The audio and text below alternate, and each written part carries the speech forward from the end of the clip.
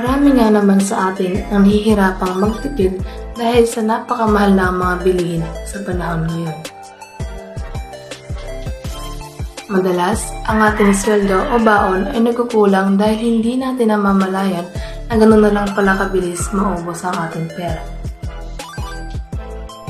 Kaya naman, sa bidyong ito, ibabahagi namin sa inyo ang ilang tipid tips na maaari ninyong gawin upang makatipid sa araw-araw.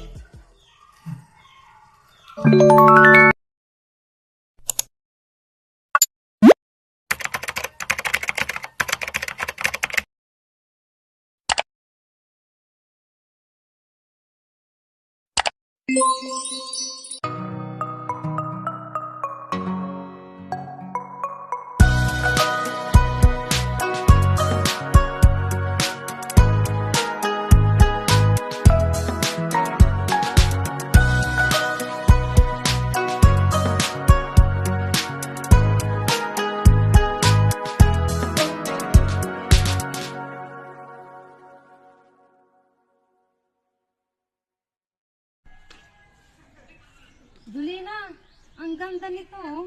Ang mahal. Ang ganda nga eh. Pumili ka na lang ng mas mura at magagamit mo pa.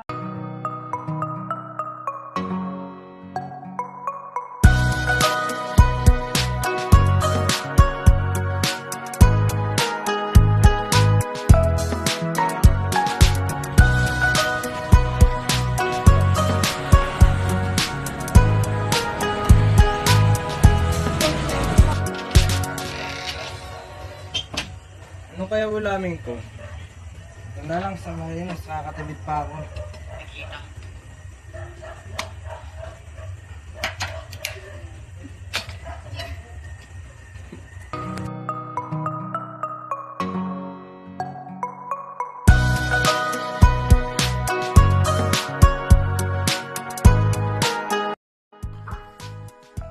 Ang pag-iipon ay tanda ng pagiging responsable. Pinaghahandaan mo ang kinabukasan kaya ka nagtatabi.